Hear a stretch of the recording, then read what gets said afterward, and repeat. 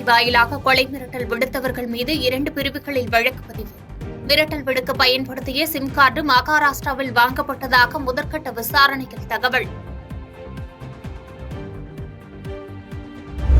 8849 metre உயரம் கொண்ட Everest சிகரத்தில் ஏறிய மும்பை 12ஆம் வகுப்பு மாணவி காம்யா கார்த்திகேயன் மிக குறைந்த வயதில் எவரெஸ்ட் சிகரத்தை தொட்ட இந்தியர் என புதிய சாதனை. தமிழகத்தில் புதிதாக 6 புதிய மருத்துவக் கல்லூரிகள் அமைக்க தேசிய மருத்துவ ஆணையம் அனுமதி. மயிலாடுதுறை, திருப்பத்தூர், தென்காசி, பெரம்பலூர், அரக்கோணம், ராணிப்பேட்டை ஆகிய பகுதிகளில் புதிய மருத்துவக் கல்லூரிகள் அமைக்க அனுமதி வழங்கிய நிலையில் மருத்துவக் கல்லூரிக்கான 25 ஏக்கர் நிலத்தை அடையாளம் காண அறிவுறுத்தல். பாடப்புத்தகங்கள் மற்றும் நோட்டுகள் வருகிற 31ஆம் தேதிக்குள் விநியோக மையங்களிலிருந்து பள்ளிகளுக்கு வழங்க நடவடிக்கை எடுக்க வேண்டும் என்று அதிகாரிகளுக்கு பள்ளிக் கல்வித்துறை உத்தரவு. மாவட்டத்திற்கு தேவையான பாடப்புத்தகங்கள், நோட்டுகள் பெறப்படவில்லை எனில் கூடுதலாக பெறப்பட்டிருக்கும் வேறொரு மாவட்டத்திலிருந்து அவற்றை பெற்று தேவையான பள்ளிகளுக்கு உடனடியாக வழங்க முதன்மை கல்வி அலுவலர்களுக்கு அறிவுறுத்தல்.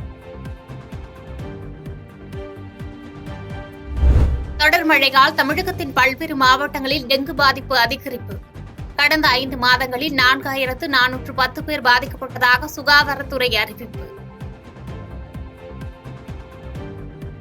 அரசு கலை மற்றும் அறிவியல் பட்டப்படிப்புக்கான மாணவர் சேர்க்கை விண்ணப்ப பதிவு இன்றுடன் முடிகிறது. நேற்று மாலை வரை 2.5 லட்சம் பேர் விண்ணப்பித்துள்ளதாக தகவல்.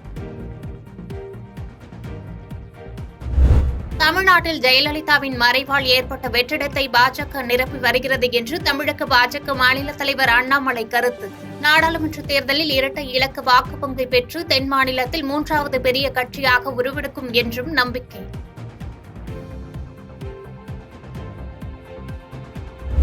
குற்றாலம் பழைய அருவியில் நீர்வரத்து சீரானதால் குளிப்பதற்கு சுற்றுலா பயணிகளுக்கு அனுமதி. குற்றால ஐந்தருவி பகுதிகளில் கடந்த 7 நாட்களாக மழையால் குளிப்பதற்கு அனுமதி மறுக்கப்பட்ட நிலையில் நடவடிக்கை. வங்கக்கடலில் நிலை கொண்டுள்ள காற்றழுத்த தாழ்வு பகுதி நாளை காலை புயலாக வலுப்பெறக்கூடும் என்று இந்திய வானிலை மையம் தகவல். புயல் உருவானால் ஓமன் நாட்டின் பரிந்துரைப்படி ரிமால் என்ற பெயர் சூட்டப்படும் என தகவல். தமிழகத்தின் தென் மாவட்டங்களில் இன்று மழைக்கு வாய்ப்பு. திண்டுக்கல், தேனி, தென்காசி, நெல்லை, குமரி மாவட்டங்களில் ஓரிரு இடங்களில் கனமழை பெய்யக்கூடும் என்று சென்னை வானிலை மையம் தகவல்.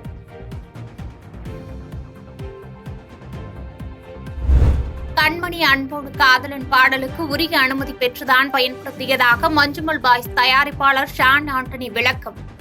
இளையராஜா அனுப்பிய சம்பன் தமக்கு இதுவரை கிடைக்கவில்லை என்றும் தகவல். பாதகம் செய்பவரை கண்டால் நாம் பயங்கொள்ளலாகாது பாப்பா. மோதி மிதித்து விடு பாப்பா, அவர் முகத்தில் உமிழ்ந்து விடு பாப்பா. அண்மை செய்திகளை உடனுக்குடன் தெரிந்து கொள்ள இணைந்திருங்கள் இயம்நாடு தொலைக்காட்சியுடன்.